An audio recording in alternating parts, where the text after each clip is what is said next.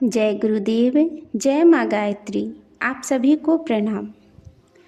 गायत्री मंत्र की 24 अक्षर से हमें क्या शिक्षा मिलती है, हम सभी इस पुस्तक का अध्ययन कर रहे हैं। पिछले ऑडियो में हम सभी स और वी अक्षर से क्या शिक्षा मिलती है वे जाने थे। आज हम सभी तू और व शब्द से क्या शिक्षा मिलती है, अक्षर से क्या शिक्षा मिलती है, ये जानेंगे।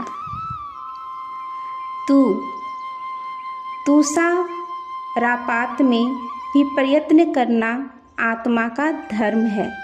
श्रम की महिमा और प्रतिष्ठा अपार है, ऐसा कहा गया है।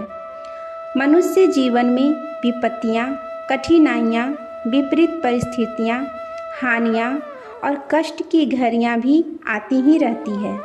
जैसे रात और दिन समय के दो पहलू हैं, वैसे ही संपदा और विपदा, सुख और दुख भी जीवन रथ के दो पहिए हैं।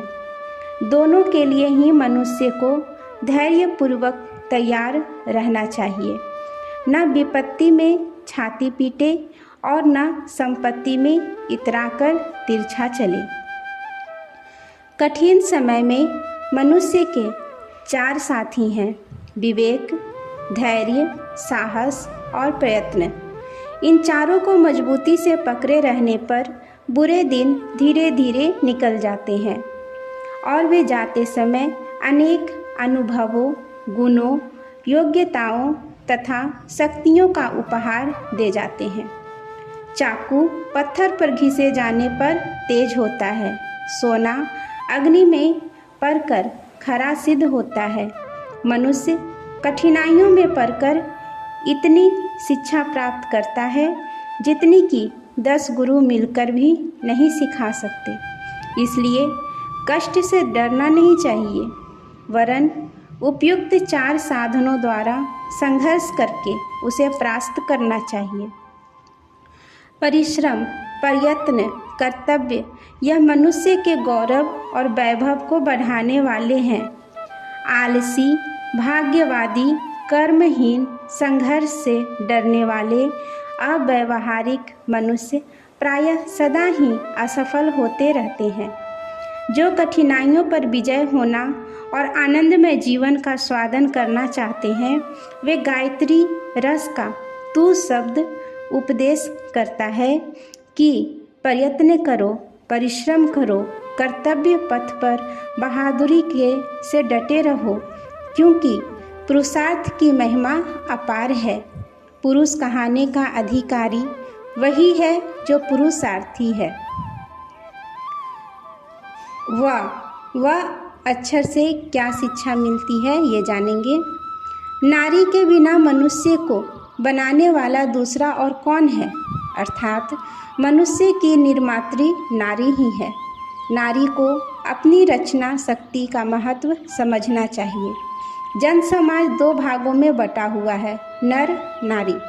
नर की उन्नति, सुविधा एवं सुरक्षा के लिए काफ़ी प्रयत्न किया जाता है, परंतु नारी हर क्षेत्र में पिछड़ी हुई है।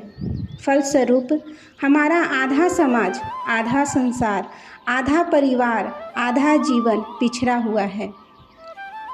जिस रथ का एक पहिया बड़ा एक छोटा हो, जिस हल में एक बैल बड़ा दूसरा बहुत छोटा जुता हो, उसके द्वारा संतोषजनक कार्य नहीं हो सकता।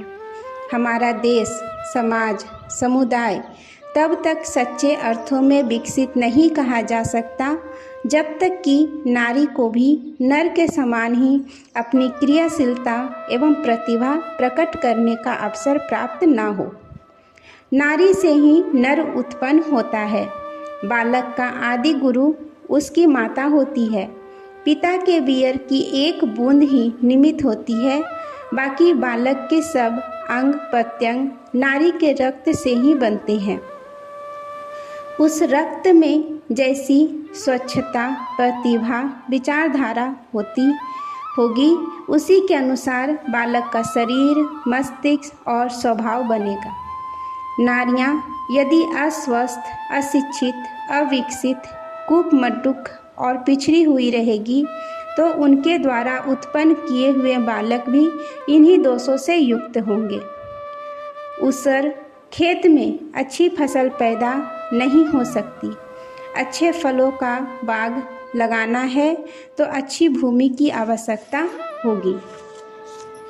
गायत्री का वह शब्द कहता है कि यदि मनुष्य जाति अपनी उन्नति चाहती है तो उसे पहले नारी को शारीरिक, बौद्धिक, सामाजिक, आर्थिक क्षेत्रों में प्रतिभावान, सुविकसित बनाना चाहिए। तभी नर समुदाय में सबलता, सुक्षमता, समृद्धि, सद्बुद्धि, सद्गुण और महानता के संस्कारों का विकास हो सकता है। नारी को पिछड़ी रखना अपने पैरों में कुल्हाड़ी मारना है। आज के लिए यहीं तक। आप सभी को धन्यवाद। जय गुरुदेव। आगे हम सभी रे अक्षर और नी अक्षर के बारे में से क्या शिक्षा मिलती है हम सभी सुनेंगे और जानेंगे।